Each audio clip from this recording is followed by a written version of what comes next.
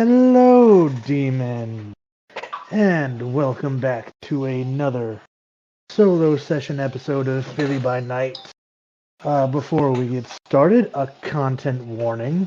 This session may contain and is not limited to body horror, mutilation, manipulation, gaslighting, use and abuse of disciplines, raised voices, possibility of violence leading up to and including final death, possible methods of torture, starvation, and mentions thereof, religious extremes and practices. For your safety and comfort, your ST team has set up a series of emojis in the stoplight system. We'll be doing check-ins as the session goes, and you may either state your color or post the corresponding emoji in the beta chat. If you are yellow, head to the decompression VC if you feel compelled to do so, and a member of the admin team will be with you. If you are red, this is a must-do action. It is not a choice. It is not a request. This is for your safety, my safety, and for the safety of everyone participating or viewing today. And with that, let us continue a story that was left off last week. As Liam Moriarty, after ensuring the delivery of two of his coterie mates to the coterie haven, and having a not-so-pleasant talk with our resident ventru of the coterie, Mr. Thomas, Liam now finds himself driving over to the FSPS building, to where he has been told that young Thomas has been told that's where he's living for now.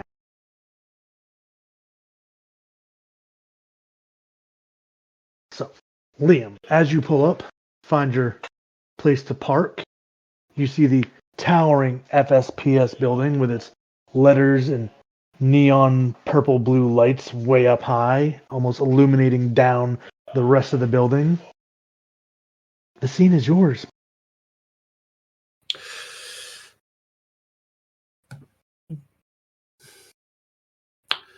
Liam does not know anything about Thomas at all, does he? Like, not a thing. You know his name and clan. I think that's about all they've shared so far. And one of them doesn't seem to be very accurate. That's more than fair. That's more than fair. What kind of, like, so was it clarified that the Shadow was joining us? She would be along as soon as possible. So in other words, this is a prime opportunity to get to know a fellow coterie mate. Jolly good. I'm gonna head up to. I'm guessing it's like an intercom system. To like. Yeah, I would assume something like that. I'm not entirely familiar with the building itself, but there's probably a front desk that can buzz up to the room to where our resident member clan of the Kings is residing. So Thomas, you would actually hear in your room the electronic buzz of the intercom from the front desk. Thomas is going to go and answer it. Yeah, sir. There's a man here to see you. He says he's a friend from work. Yeah, he's expected. Go ahead and send him up. All right away. And clears you to go on up, gives you the room number, and sends you on your way. Thank you very much. I do appreciate it. I'm gonna head straight up, and just I'm guessing like there's like an elevator takes you up to the proper floor. You exit out, walk down the hall, and before you stands the suite number of Mr. Thomas. Well, we'll get to that last one in a bit. Thomas is just going to hear from the other side of that door.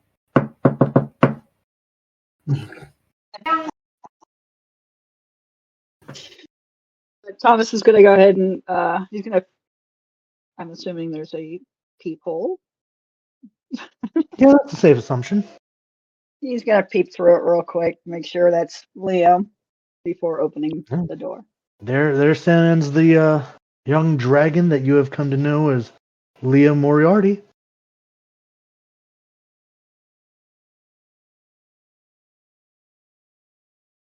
Oh, so you didn't waste any time. Come in. Thank you very much. Shoes on, shoes off? Any particular preference?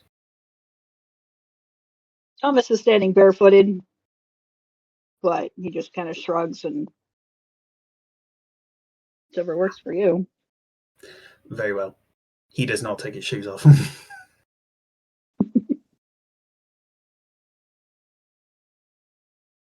He just walks in. He's just kind of like, gives the place a quick look over. Yeah, it's rather well put together. It's, nothing beyond probably lower upper class at a minimum. You can tell that the clan of kings has spared no expense in making sure even their more troublesome members are well taken care of. It's a lovely place you've got here. It's a bit flashier than what I'm used to, but it'll do. I mean, it's definitely been well taken care of and well paid for. But Here we got people for that. I figured as much. But I suppose there's going to be a little while before Miss Valentina joins us in a bit. So I suppose probably best to get straight down to business, as they say. Rip the Band-Aid off, as they say. Mm-hmm. You said Theodore. I did, indeed. And Did then he give you a last... Oh, no. He just no last name, just Theodore, and a business card with just a number on it.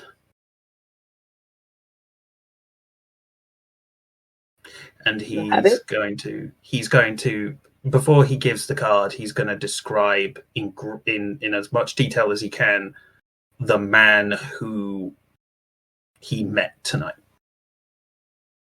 Oh, Thomas, this description that you get is to a T the very Theodore that you are, how we say, well acquainted with, as he very much describes this man.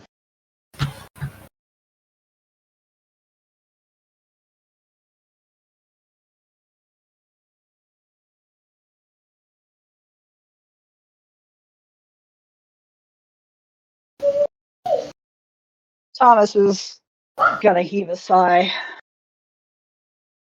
All right. What did he want? You.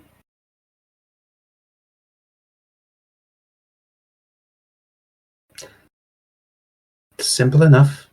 He wanted you. And normally I would say that you would know exactly what I'm going to say, except I don't think that you do. So I'm going to explain it as briefly and as bluntly as I can.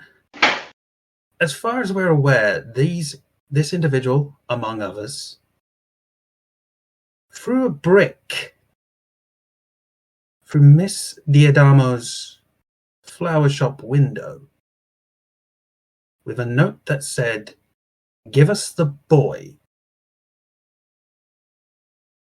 or we will take what's yours." Or we will take what is yours.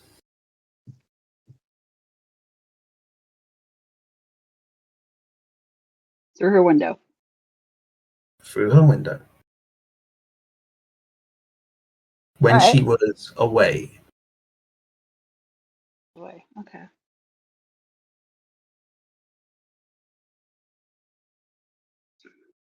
How can you be sure? One. And two, what others? Was anyone else with him? Particularly a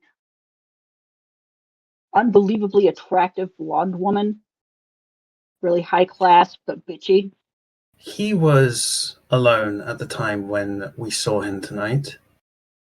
But you can't do this kind of work solo. I should know.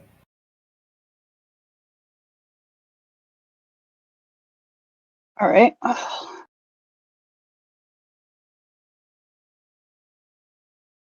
What else did he say?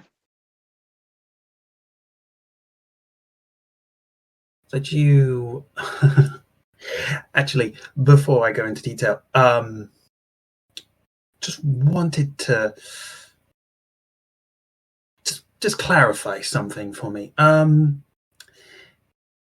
Your name, is it Thomas Pierce or is it Mr. Petrelli?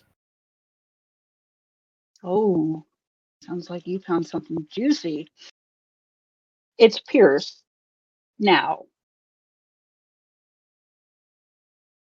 But it once was Petrelli. Okay. That's more than fair. I can understand that. Is it really Pierce now? Or is that a cover to save Thomas's ass?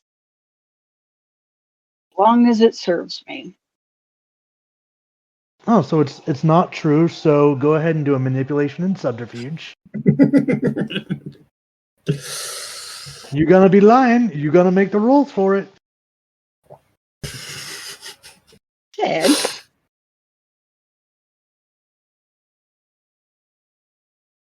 Lie to me.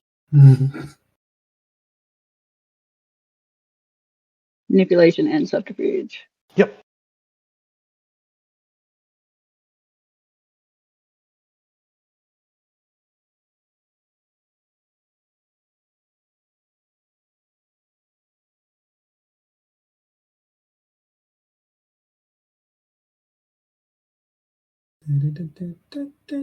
Oh. I should have blood surged. I forgot. Yeah, well. Yeah, even without insight, I'll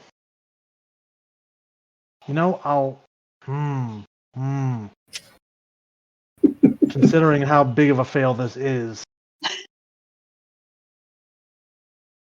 All right, yep, that's gonna be a bestial one. So Thomas, you're going to be under the Ventru compulsion. Remind me. So it should be on the sheet. Oh no. But for sake of this, Not write it down. here, I will copy this. Yeah. There we go. And I will drop this in your chat.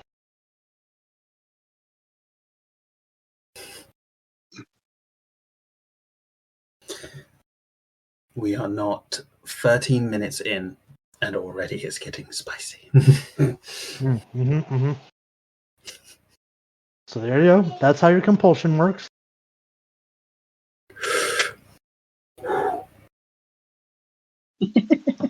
So just know that for all of your rolls. Okay. Yeah, Liam, Thomas ain't telling the truth. He's trying real hard to hide it, but he's got a glass poker face. You see right through it.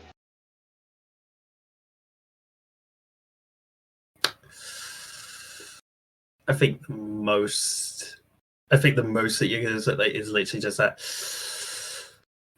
and then just kind of like, okay, that's fair. That's more than fair.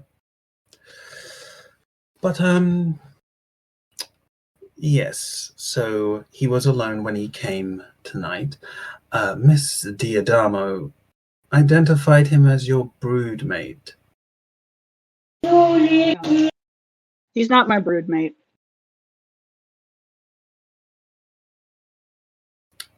Very well. He also said that he said that you betrayed the Camarilla in Chicago to the Anarchs, and that Prince Jackson wants you back so that you can stand trial for your crimes.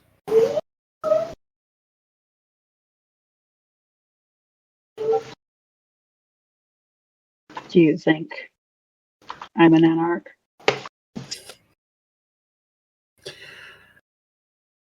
I really do not care, one way or another.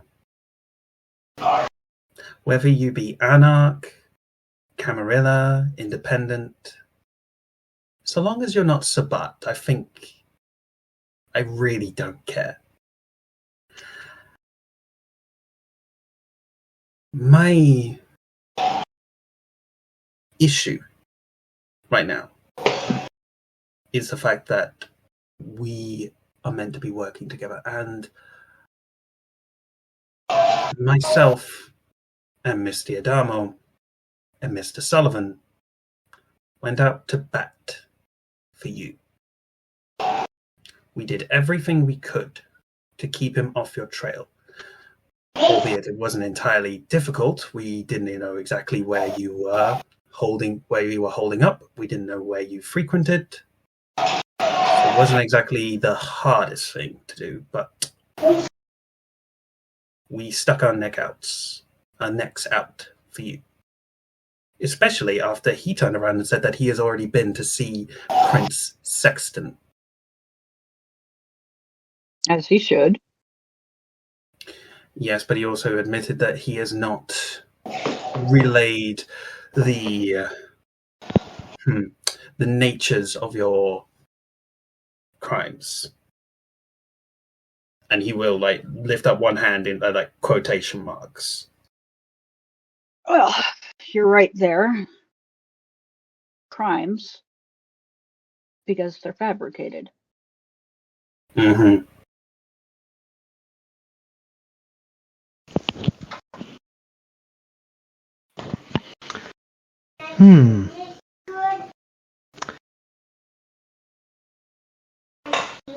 How hard are you trying to convince him, Thomas? How hard? Yeah.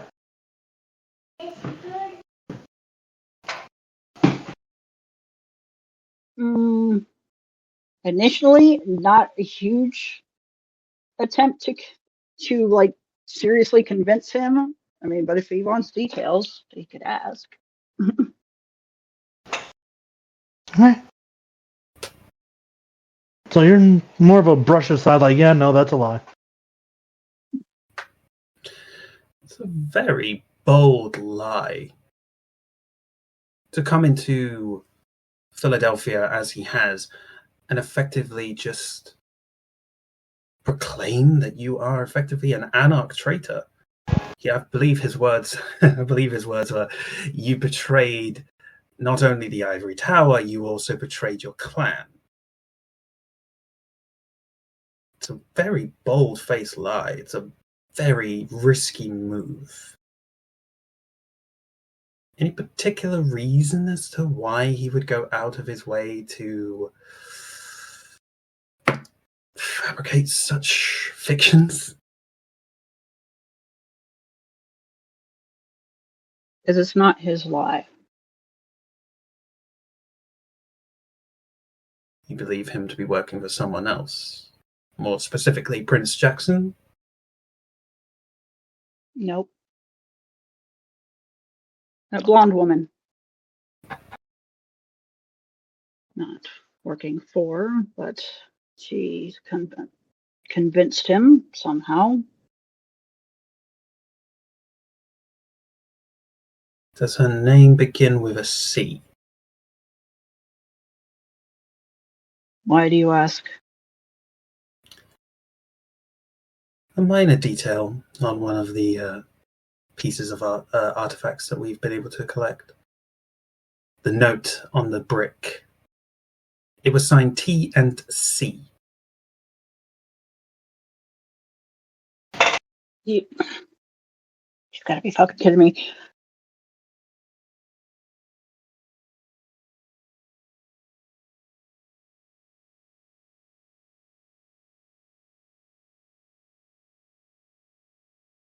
Yeah, she's a problem. Huh. She's a problem. She's a problem. He's a problem. This is a problem. Yeah, the problem was, if she hadn't made shit up about me, I'd still be in Chicago.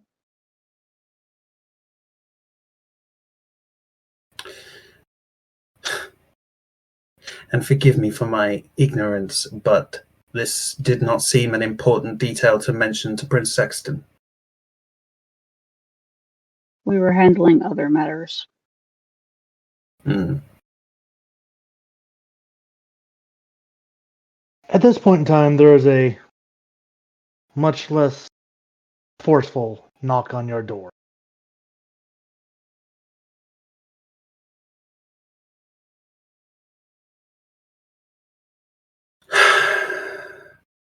So I was going to go to the door and peep through, see who it is. As you look through the people, you see the relatively short and petite frame of Miss Valentina Navarro. Thomas is going to open the door to her. Ah, good evening, Tom. Ah, Mr. Moriarty, you've already arrived. Good. Indeed. I have conveyed the situation to Mr. Pierce. Hmm. So, I see some information has not been shared, and perhaps we have enemies that could potentially pose a threat to the coterie at large.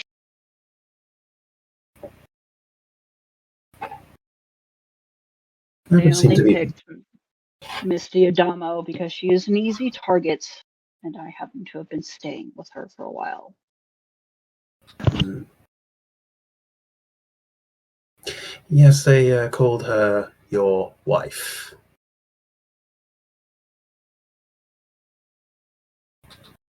That they did. How? If Teddy knows it, then Camille knows it. Camille. And who exactly are these two to you, Mr. Pierce? And what level of threat do they pose to not only you, this coterie, but Philadelphia, as Prince Sexton will want to know? They shouldn't. They should only pose a threat to me. Shouldn't pose a threat so long as they have followed proper protocol and done what they need to do. Hmm.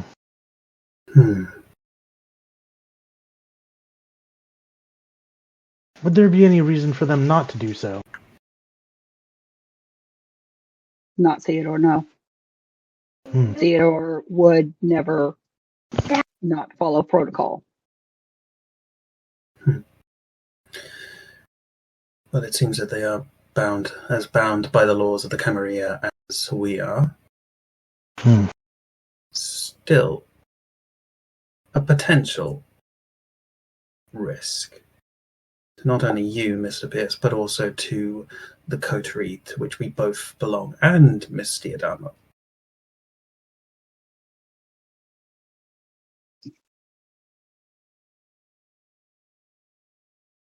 All right.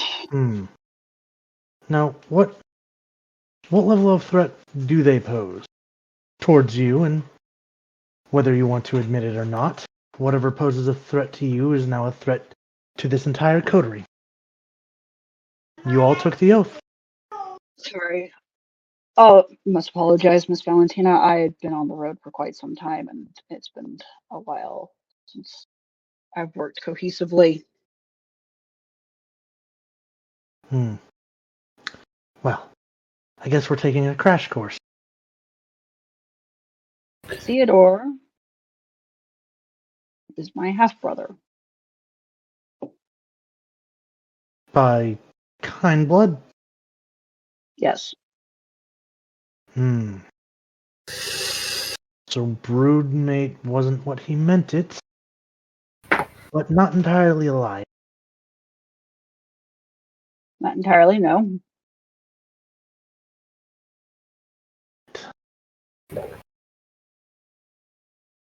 And what about this? Did I hear right? Camille? Right. Camille, quote unquote, ex-girlfriend.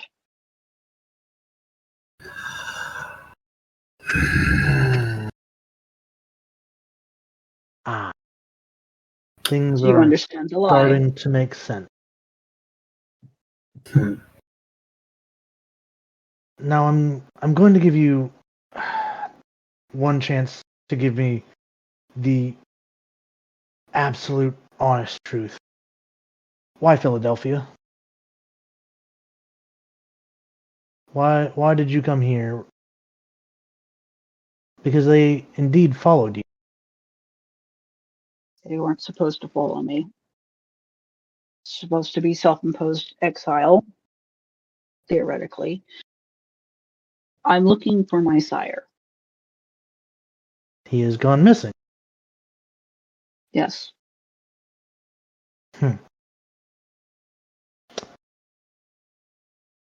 Is this something you shared with the prince?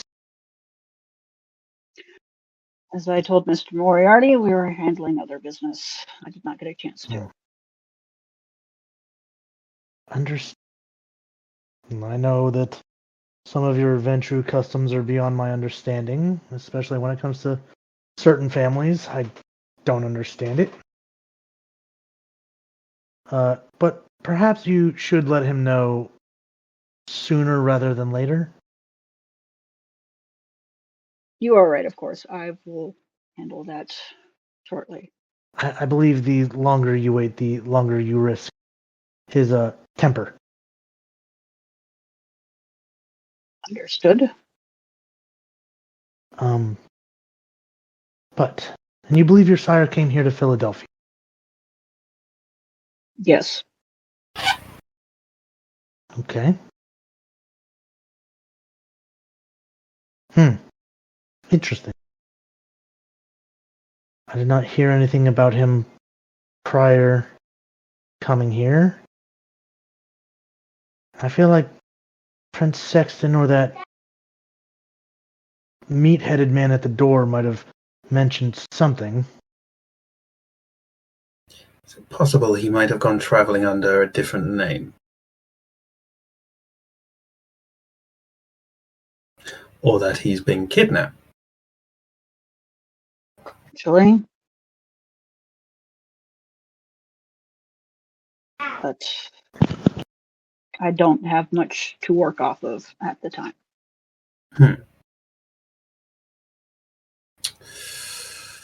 So this sounds like a particular issue that needs to be dealt with, as well as TNC.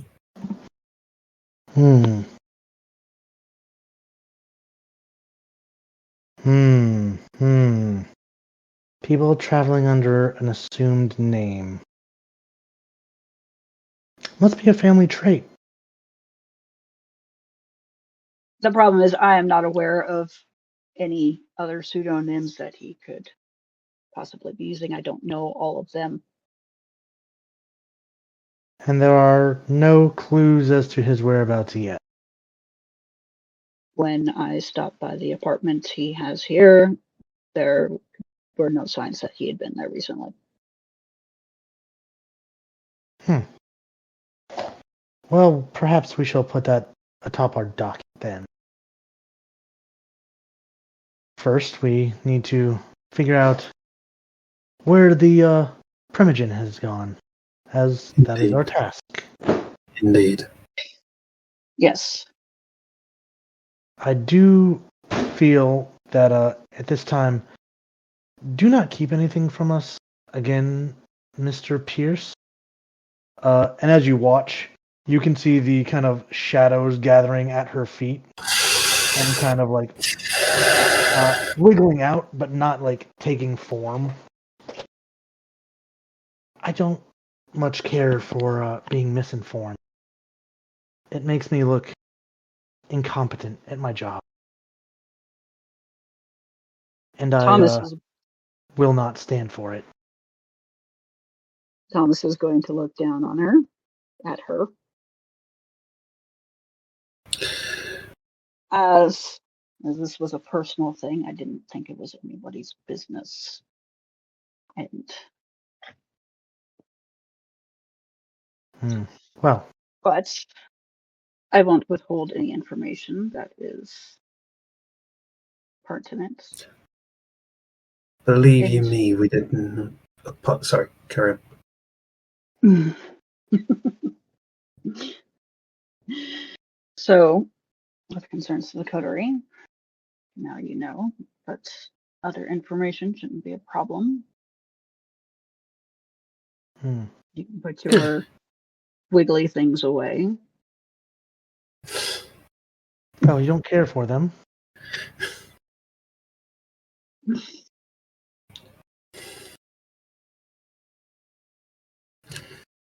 Just Liam just pushes down the glasses and just gives Thomas a look, which is just simply says, "Don't push." Thomas is going to look at Liam, Moriarty. why don't you make a charisma persuasion while Thomas makes a wits and insight? Charisma persuasion. Mm-hmm. That's not bad. That's going to be great. To remember your penalty, Oh no, Mr. Ventru. Hush. All right. Yeah, I'll keep that because I can't. I can't. Oh no. Thomas, I'm gonna say you're not picking up what he's putting down, so you can completely ignore that look if you'd like to. Thomas is going to smirk as he notices Moriarty's eyes. She tell you have pretty eyes?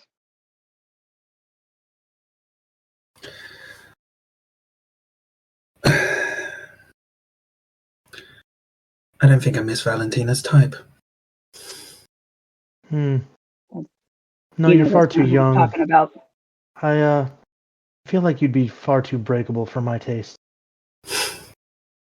But I'll leave you two boys to it. Enjoy the rest of your night.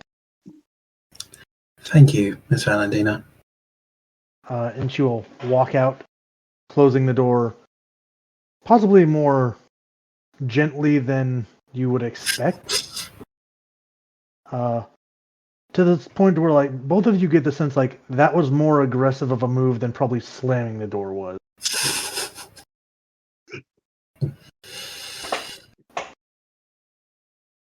Thomas is going to turn from Moriarty. That's not who I was talking about.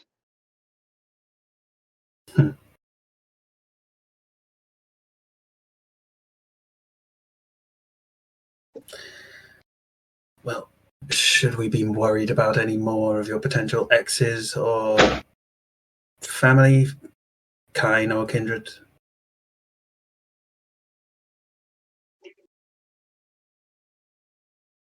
Just Theodore and Camille. I don't know how much of a problem they're going to be trying to get me back.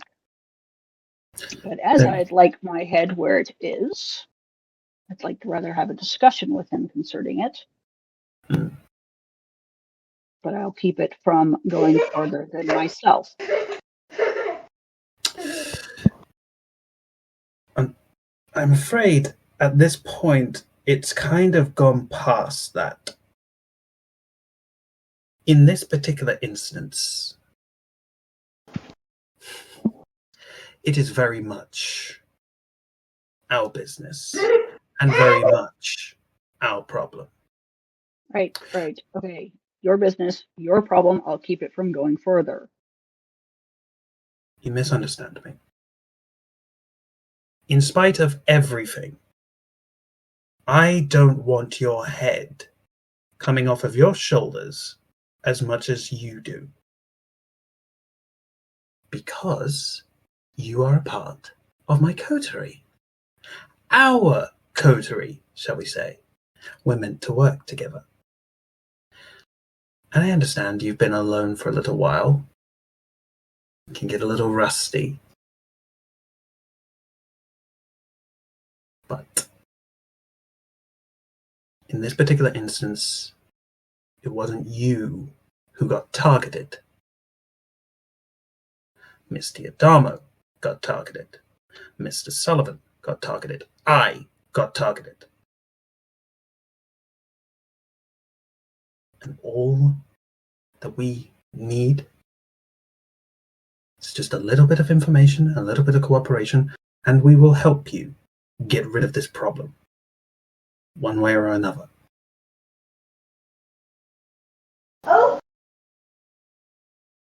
Preferably,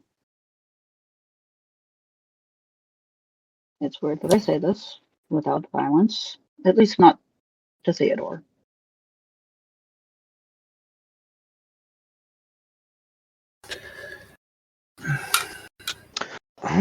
Something strikes me, right. Liam, can you give me a wits and awareness, please? It's actually not bad at all. Just a passive one. Yay.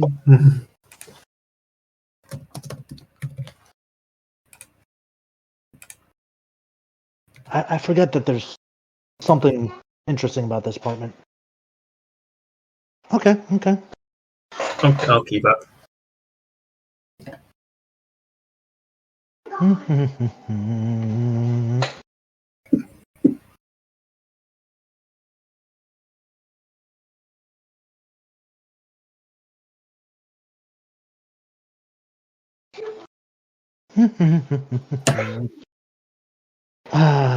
And for the sake of there you go, right in your chat.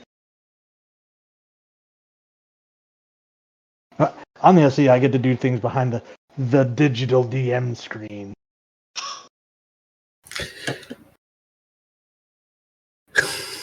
That does seem rather out of place compared to the rest of the room, though. Liam is going to, having noticed this, he is going to do at first he was going to make a point, or say something further, but then he notices that, and then Thomas will see him do a complete, where is it placed in the room compared to where Liam's standing? Was it on the wall by the doorway to the bedroom, I think we discussed? His focus just goes right to it, and he just kind of does a complete sidestep and just kind of that is a beautiful flower. Black lotus?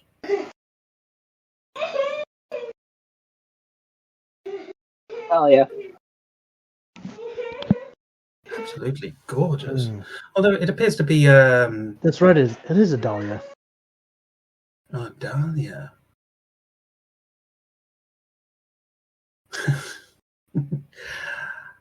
I know this as a player,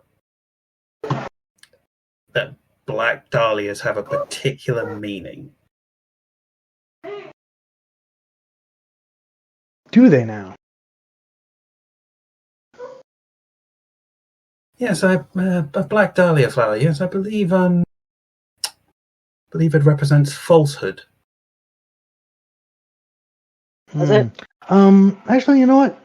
You can give me an intelligence academics, or I don't think you have botany as a science. So yeah, academics. I mean, either way, it's not going to be a great roll. Intelligence and academics. Mm-hmm. Be nice to me, Dicebot. You've been nice to me so far.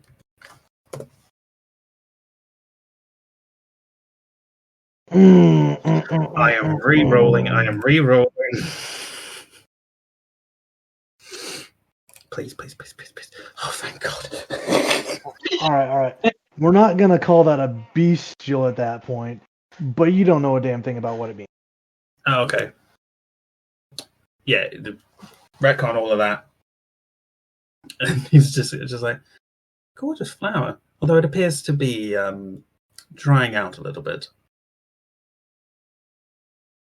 And is saving it to hopefully give it back to its owner. Ah, I found it by my car, and tire slashed. oh dear.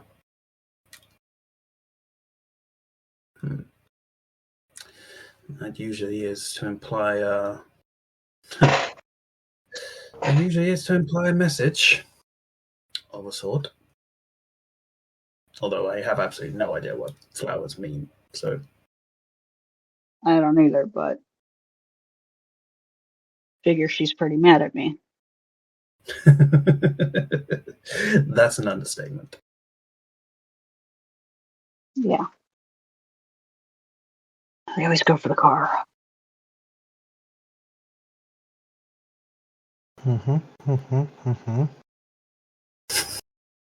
That they do.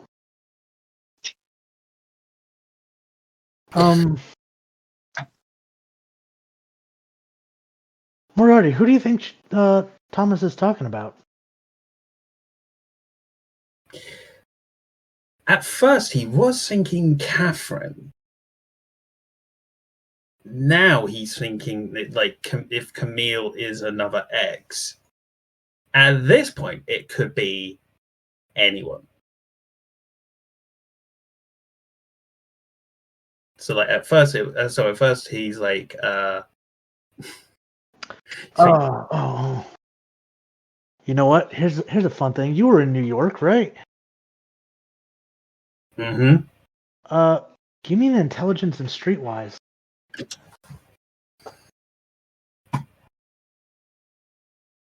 There may have been a name you ran across during your time in New York. Intelligence and streetwise? Mm-hmm.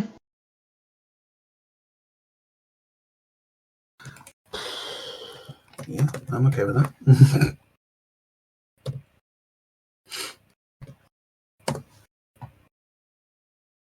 Okay. During your time in New York, you would have also heard of somebody that used this flower as a calling card. A rather talented cat burglar was known for getting into places that nobody else could. Simply called Dahlia.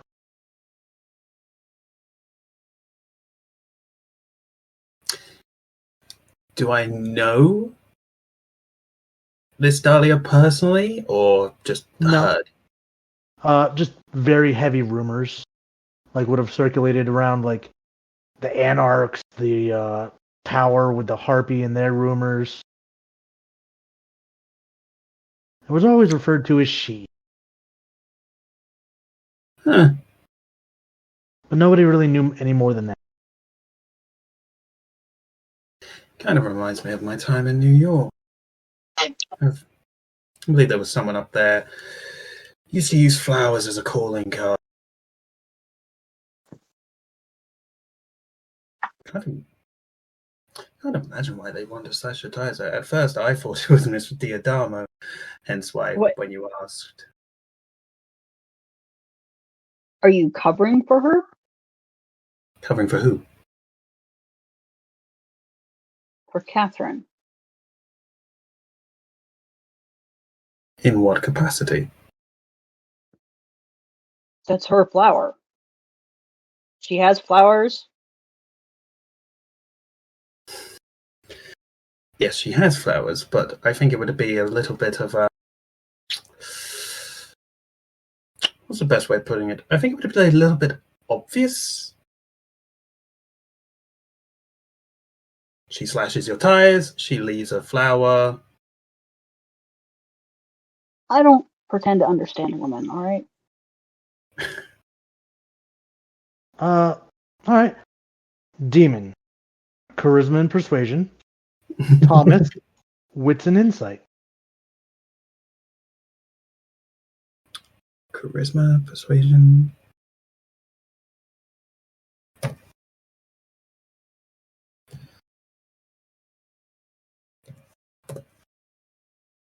All right. Not bad. All the threes. All the threes. Oh. Thomas, I think your paranoia about the whole situation just makes you almost deaf to anything he has to say.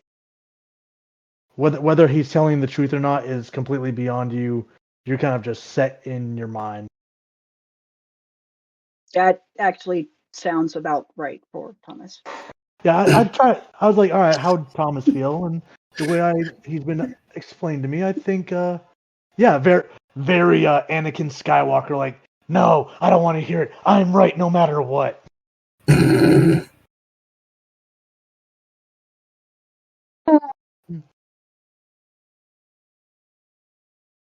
Incredibly venturing, right?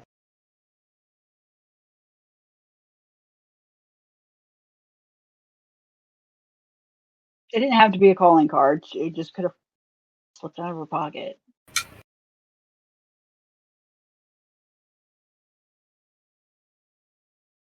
It follows.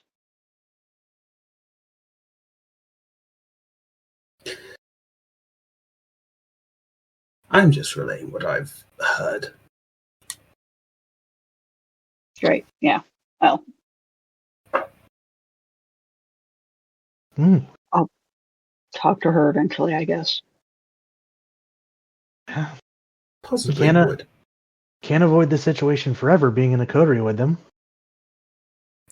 Yes, we do have to work together. It probably would be a good start. And I shouldn't pry. I shouldn't pry into your personal business. And believe me, this whole situation wasn't any one of us trying to dig into your little secrets. Your secrets came to us.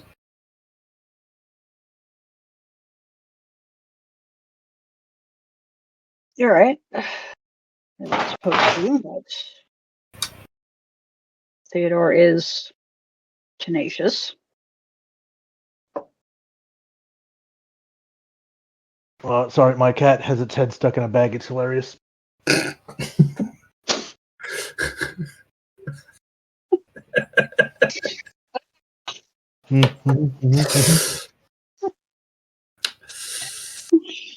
Yes, tenacious is definitely one word to describe him. We'll go with tenacious. Seems to be a common trait among your clan.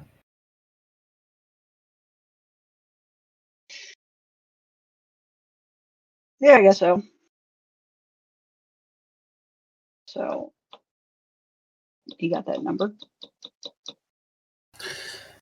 Indeed. And he just reaches in and he just flicks it up. But before he hands it to Thomas, he just goes, just remember, your problems are our problems now. Thomas is going to take the business card and see if it's the same number that he remembers Teddy having. It is not the same. It is a different one. But this card definitely has Teddy's vibe to it.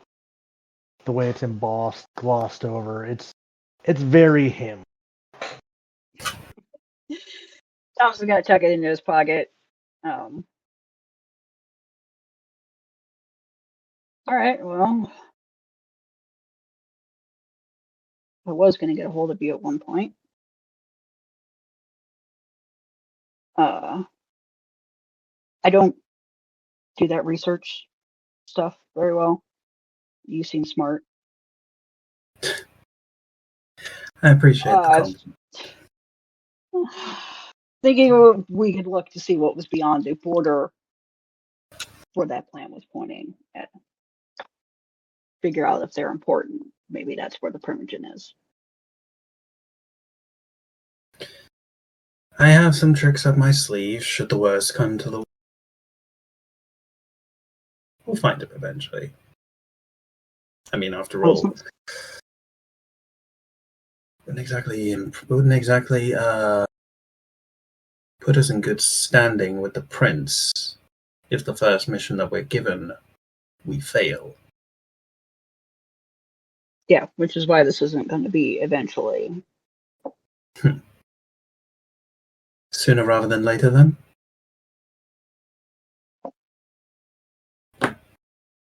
rather, yes. So, Right.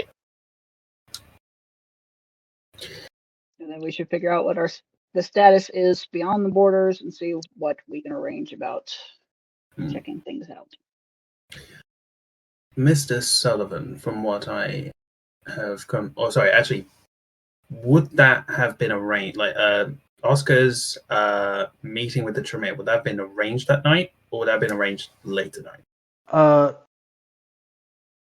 Oscar had mentioned it, but he kind of took it upon himself to arrange and didn't really let anybody in on the plan.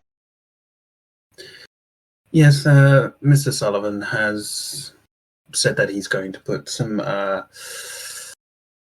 measurements in place to talk to some learned scholars of the Tremere Chantry about that plant we took from Strain's house.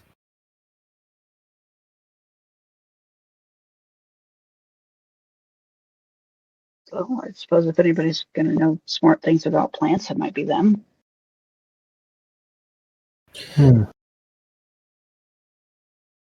Plants specifically that take on kindred blood, or at least it would seem. I don't know anything about plants.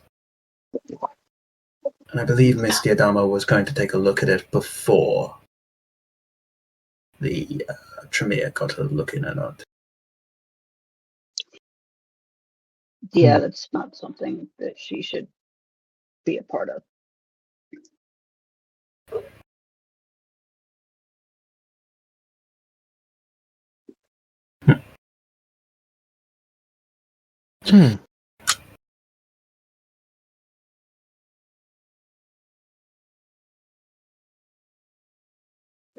I see it on your face, Liam.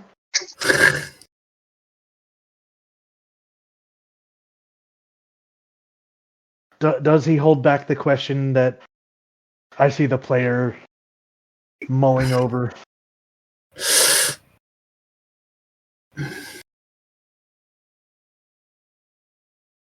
I mean, this is information. Mm-hmm. Yeah, he's just gonna be like, but she's a member of our coterie as it stands, and again, I do not wish to pry, but is that anything that would be a particular problem?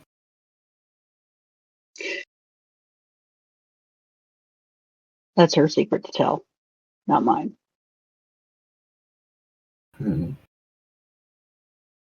Interesting. Seems only fair. My place. It's not my place to kiss and tell.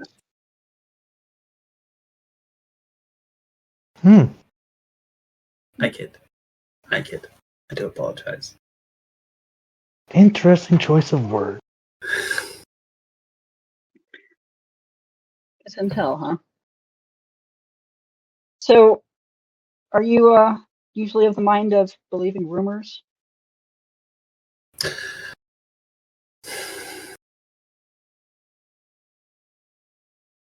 Depends on who's telling them and how often circulate. Rumors at least have some basis in truth.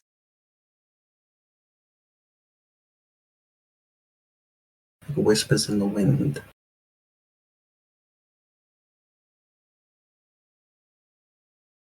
Well, I will tell you honestly that I have never been married.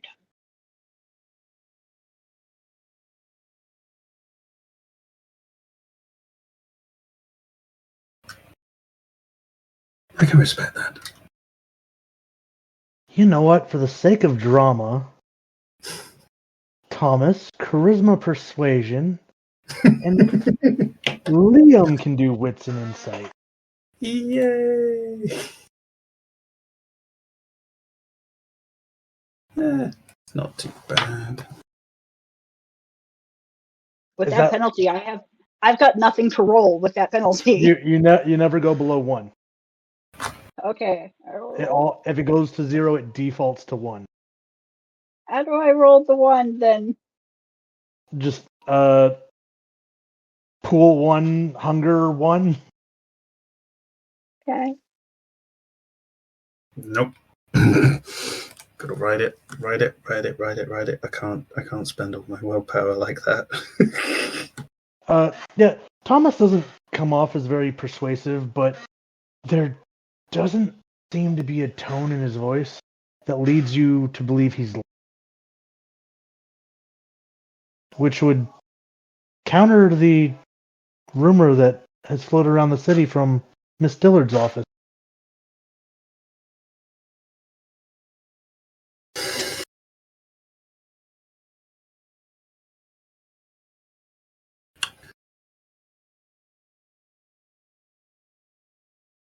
Liam will just kind of like take all that in, and then just be like, "Well, I guess that shows me should have been a bit more diligent than to believe in just blind rumor."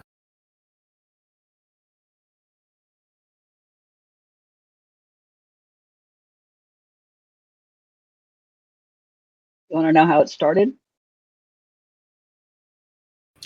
Only if you're willing to share.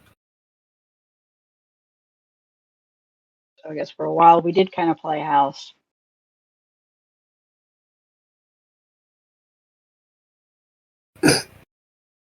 She helped me out at a time when I needed something.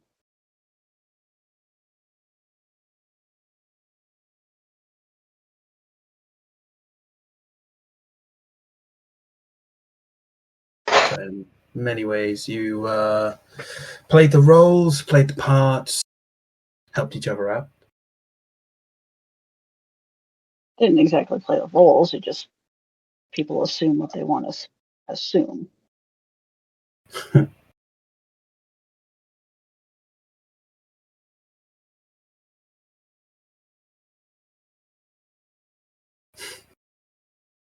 Much like how growing up, children are told, like, oh yeah, you'll find someone, you'll get married, you'll get a house, you'll have children.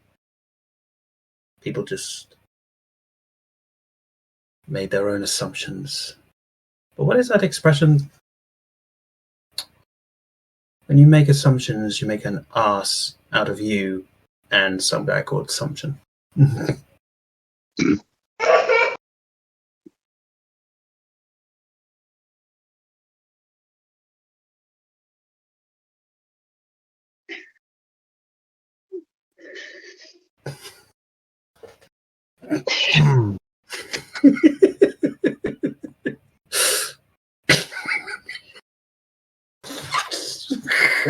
And this is where Kit broke from the beta chat.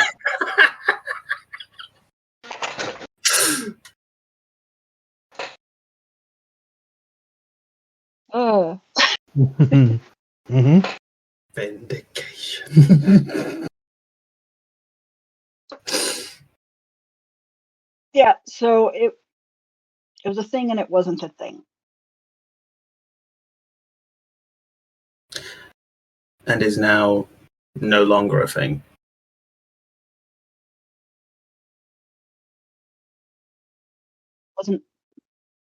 Wasn't actually a thing.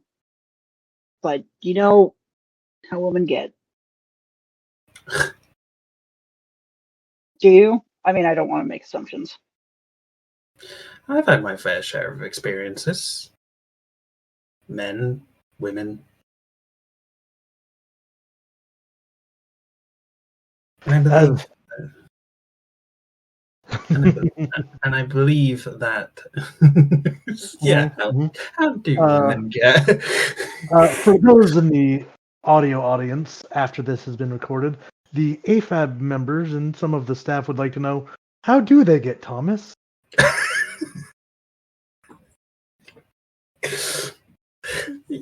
It's kind of like Liam's having that kind of like that moment of just kind of like, oh, how am I meant to address this without, getting punted out of a window?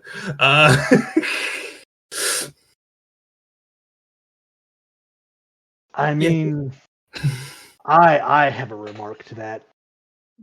Thomas is gonna notice the look and is gonna stop for a minute. You know what? I promised Theodore I'd do better. I thought she was getting attached.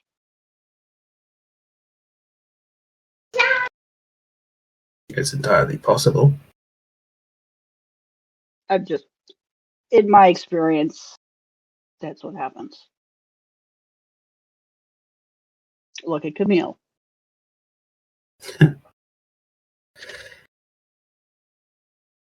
Yes, but I think we can both agree that between the two of your exes, Miss Diadamo is definitely the lesser of two evils.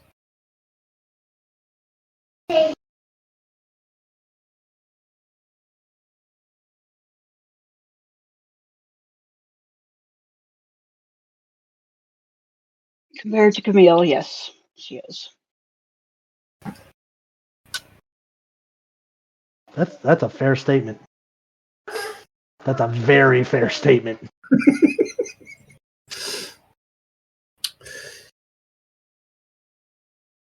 At any rate, your business is your business. But like I said, we have to work together. And the sooner that we can all get on the same page, the better.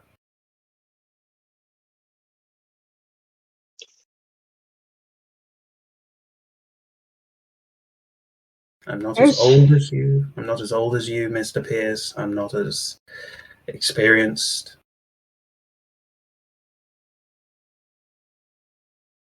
But I know what this life is like.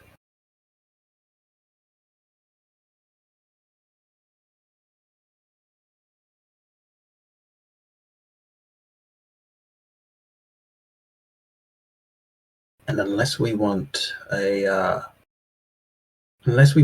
Ventru prince's boot up our asses,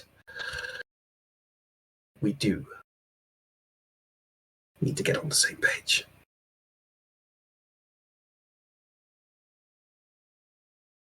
Yeah.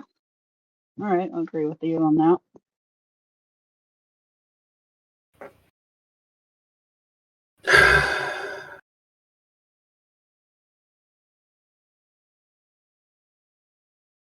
We'll figure it out.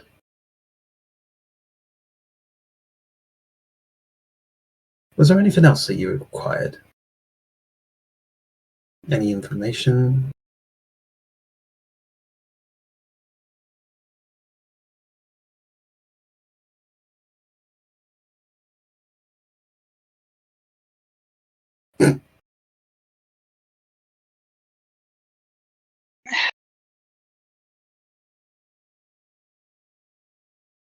Just like I said, looking for my sire. I don't know where he is or how to get that information yet.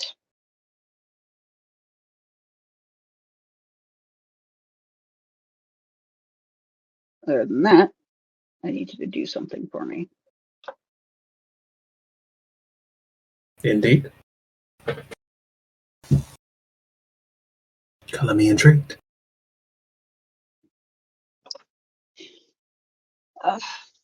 Keep an eye on her. Hands off her, but keep an eye on her.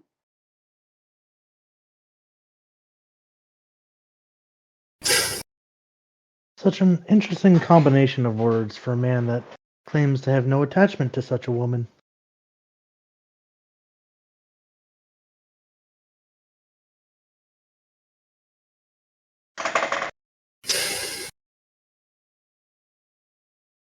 She doesn't do well with court politics. She needs assistance.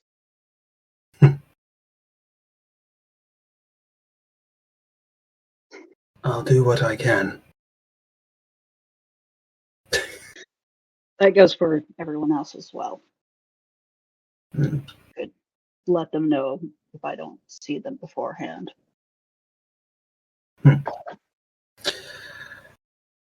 That's more than fair.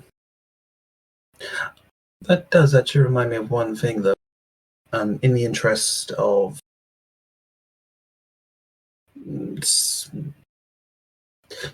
sharing information about each other, has anyone informed you what clan I am? I don't know, man. You've got funky eyes, and my mind's been on other shit. Why don't you tell me?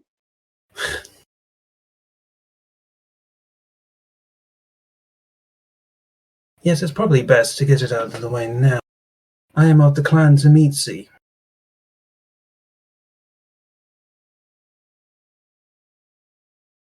An interesting revelation.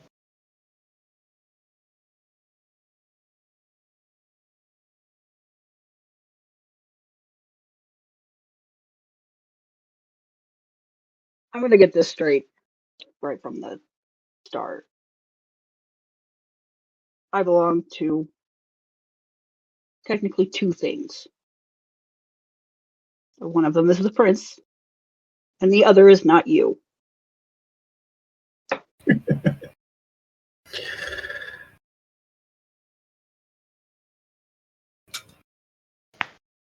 Bold assumption to presume that I would try to possess you.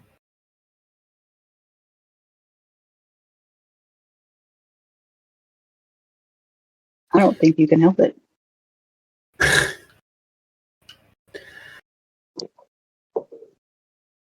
Just like you can't help the crown upon your head. Interesting story in and of itself. But now that it's there, Heavy is the head that bears the crown.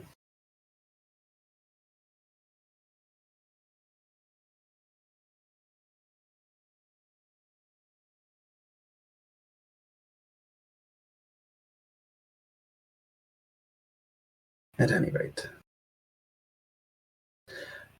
I shall do my utmost best to not claim you as part of my horde. But you are a part of my coterie. Prince's coterie. Indeed. Now, was there anything else?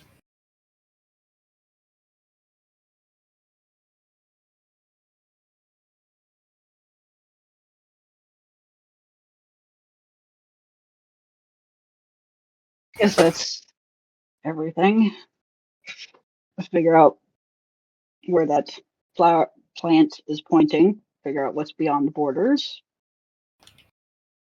research some possible locations. Maybe we'll get a hit. And hopefully not start a war in the process. That's why we have diplomats. Indeed. Oh, does actually remind me of one little thing. Does remind me of one little thing I should probably mention. For her own safety, in this capacity, Catherine will be staying at the Coterie Haven.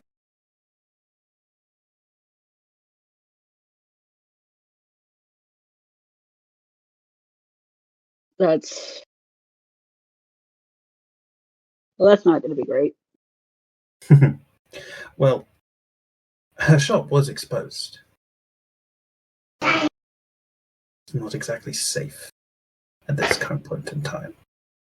You're right, it's not. And she's going to hate every minute of it. And she's going to be even more of a pain in the ass to deal with because she's not able to go back there. She is most likely, yes, going to go through a lot of stress and a lot of frustration, which is understandable. That shop is her life, after all.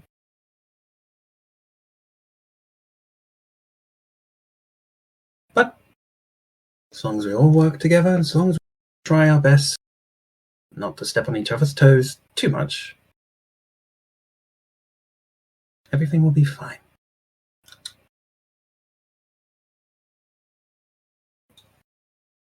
You're optimistic. I'm waiting for the ST to be like subterfuge. No, this is more of a persuasion than a subterfuge.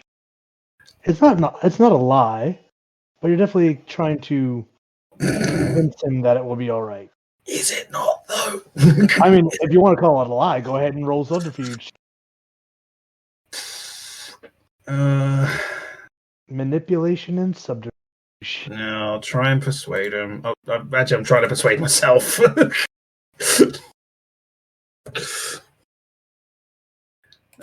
was it again? Charisma and persuasion. Mm-hmm.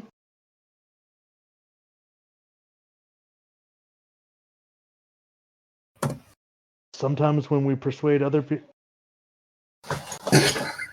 he pitches a convincing argument, Thomas. I think even he believes it now. Like when he started, the voice might not have been solid, the tone may not have been there, but by the end of it, he's like, "No, we got this. We got this."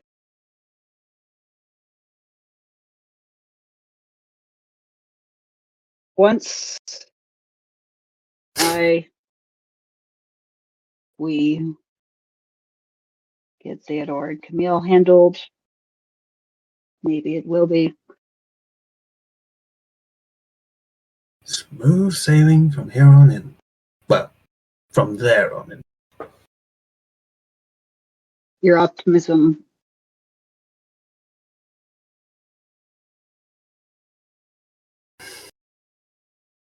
Well, I am only 6 years old.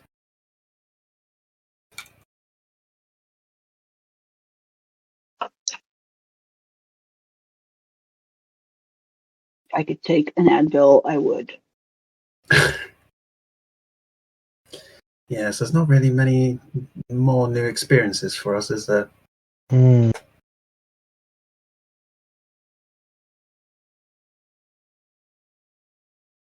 Well, you'll learn one way or another.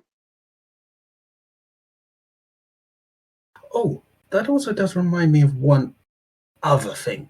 Oh no, actually no, that hasn't happened yet, so never mind. Forget about it. Rewind. Yes. This takes place prior to your meeting with the sheriff and meeting that one individual that you can fill them in on at the next opportunity. Oh, Lordy Lou.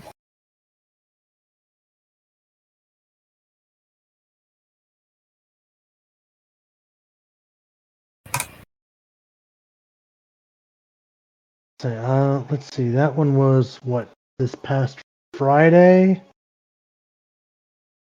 Sorry about that. My internet just cut out, so I had to move to the spot. No, you're fine. Yes. So that has not happened yet. The earliest you would be able to inform the coterie, unless somebody else schedules it, which would have to be took at this point. So may the odds be in your favor. Would be the 21st of this month. I thought it was the 22nd. His reset for the 2-week thing is the 21st. Right. So that's the earliest. Got you. I track all you guys' sessions. There's going to be one other thing that Liam's going to bring up, and oh man, he's just basically just going to be like, so in the interest of team building, do you know any particular books or things that Miss Diadamo might like?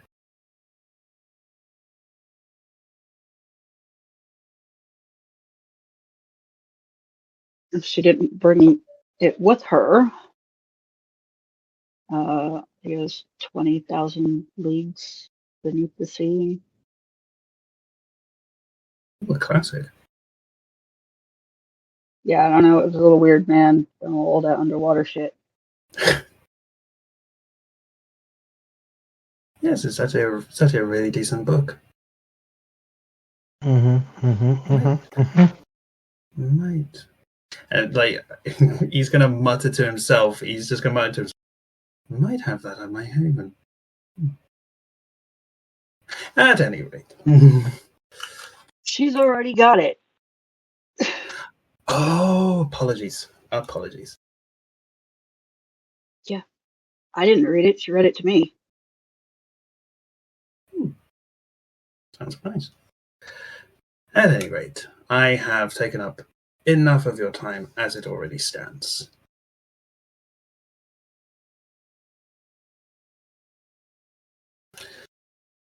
But I'm glad that we are on the same page.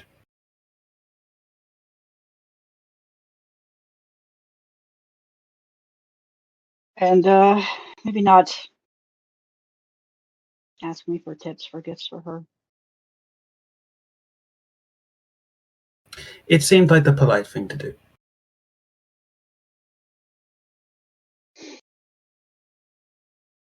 I'd say figure it out for yourself, but we do actually have more important things to concern ourselves with. Indeed.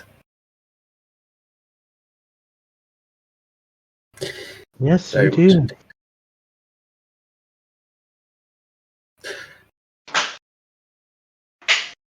indeed. Anyway, I shall leave you to the rest of your evening, Mr. Pierce. Or can I call you Thomas? Yeah, I guess so. Thomas works. I'm Liam. Yeah. All right. Good night. And he's gonna make his way to the exit. Liam's headed back to his haven? Or back to the Coterie Haven?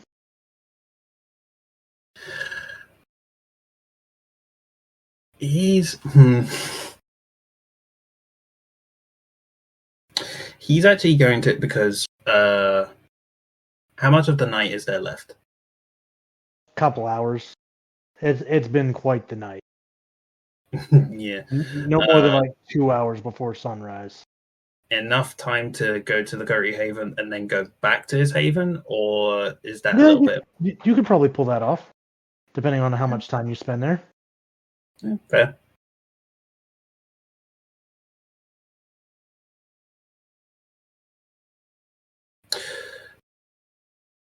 I think he might.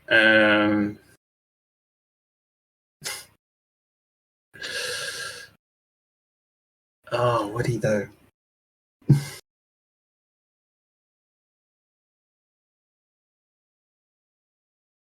He might actually. Do you know what? He's gonna head to the. Oh my god. Yeah, he's gonna head to the Coterie Haven. Okay. But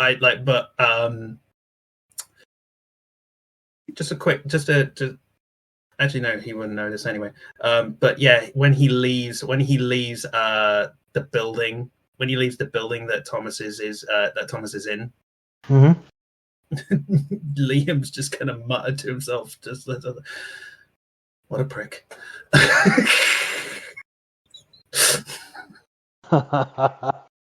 I mean, it's not an inaccurate statement. We love Kit. Thomas is kind of a dick. Yes, we love Kit, but yeah, Thomas is a bit of a prick. Thomas is, and he doesn't care. So he drives over to the automobile museum, heads down through the secret entrance that he was shown into the Coterie Haven. What's his intent there?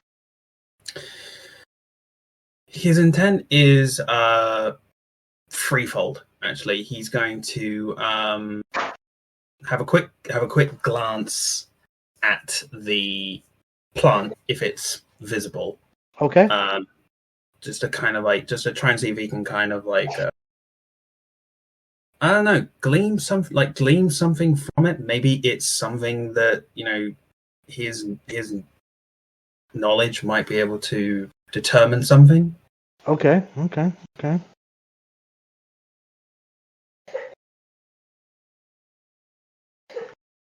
So as you go up to check on the plant,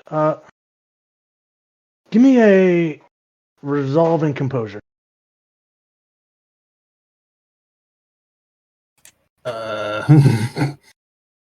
Oh, thank the maker. I thought that was going to be a really bad roll.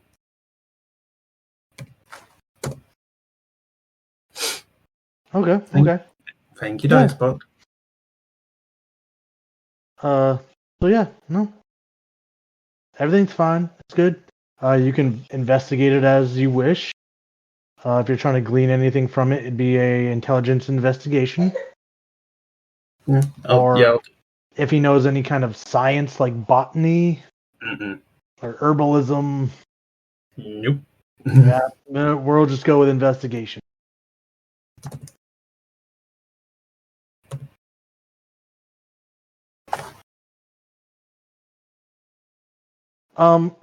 So while you can easily tell that this was once a normal kind of marijuana, it has mutated, and even from when you last saw it, it has overgrown from the planted pot and kind of tentacle vined up the wall in the corner it was. Well, that's not disconcerting. Is it still pointing in a particular direction? Or is it hard to tell? With the three, I'm gonna say it seems to have slightly moved. So now instead of being more northeast, it's almost more of a direct.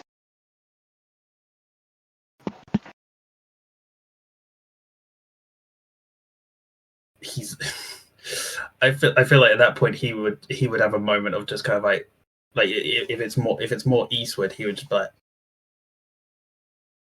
check the time. Fuck.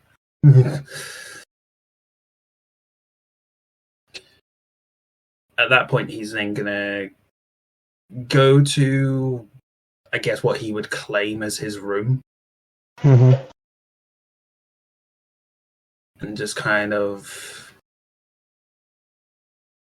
give it a kind of like a look over, just to see if there are any kind of ways in which he can make it a little bit more homely. I mean, at this point, it's very, very basic. Think of like your one-person dorm room.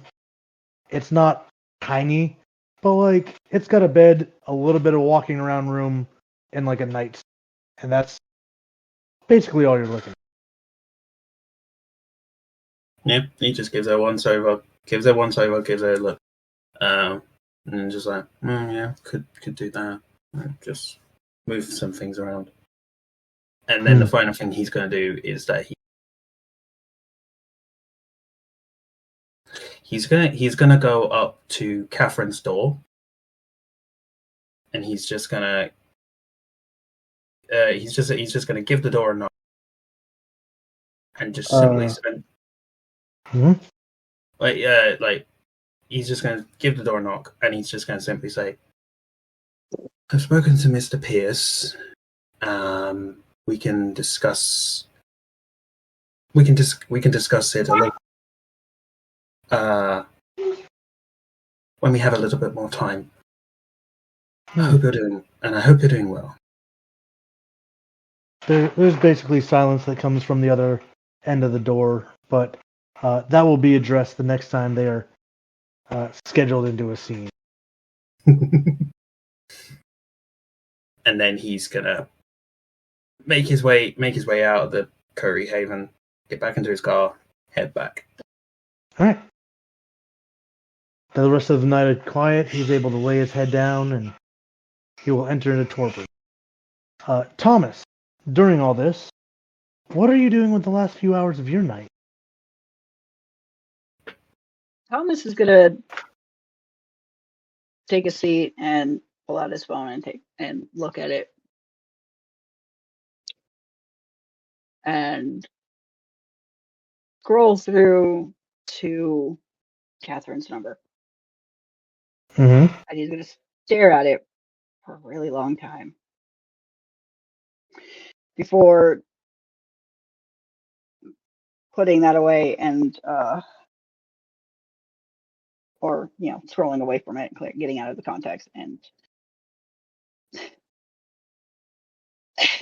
yes, Thomas does have the prince's contact information. Mm-hmm. He made sure all of you got a business card that goes through Harrison and Co.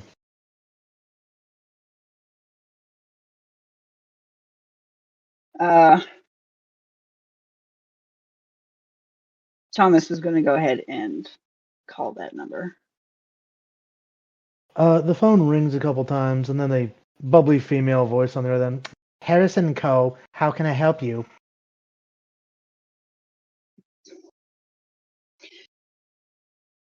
I needed to get some information to your boss. Private information.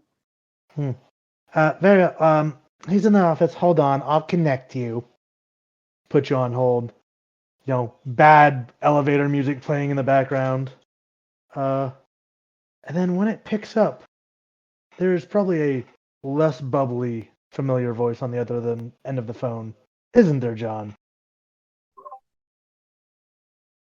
What can I do for you this evening?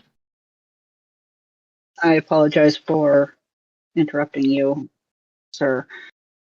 I wanted to bring it to your attention as we did not have the chance to speak on it. There may be a small issue concerning things from my previous city. Yes. As a matter of fact, I believe a representative of your former board of directors is here in the city without announcing himself nor presenting himself to me. Do I need to fix the problem, or will you be fixing the problem? I will handle it, sir. I will say it is very out of character for him not to have followed procedures. I will give you a kindness, one I am not often inclined to give. You will assemble a written report to me with every truth you can muster. And if I find out you have lied or withheld again, I will make sure that you are permanently terminated from this company. Am I clear? I understand, sir. Good. I expect HR to have your report first thing in the morning. Is there Yes, anything sir. else you have for me? I would like to say it is very out of character for this representative to not follow protocol, and I fear that there is something amiss with his behavior. We'll look into it. After all, I do have relations out in the area. I may reach out to the individual in question and see if there are answers I can glean on my own. It would not do well for you to contact regional offices on this. Yes, sir. I understand. I would ask that I handle the representative without other interference. I would like nothing harmful to happen to him. Depends on his behavior. If it becomes a problem, I will terminate both of your employment. I understand, sir. I will look into Excellent. it and handle it. Thank you for your time, sir. And Thomas, one more thing. Yes, sir. Never make me look like a fool again. And the phone clicks. And with that, Thomas is left once more in the silence of his apartment. Thomas Is that it for our young king this evening? Thomas is gonna get to work on that report. All right. When you have that completed, go ahead and drop that in your channel so we can send it to John.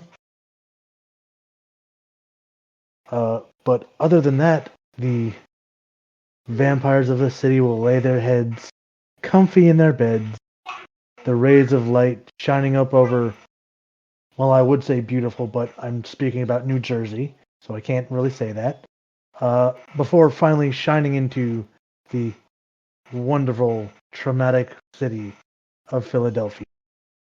And that is where this session comes to a close.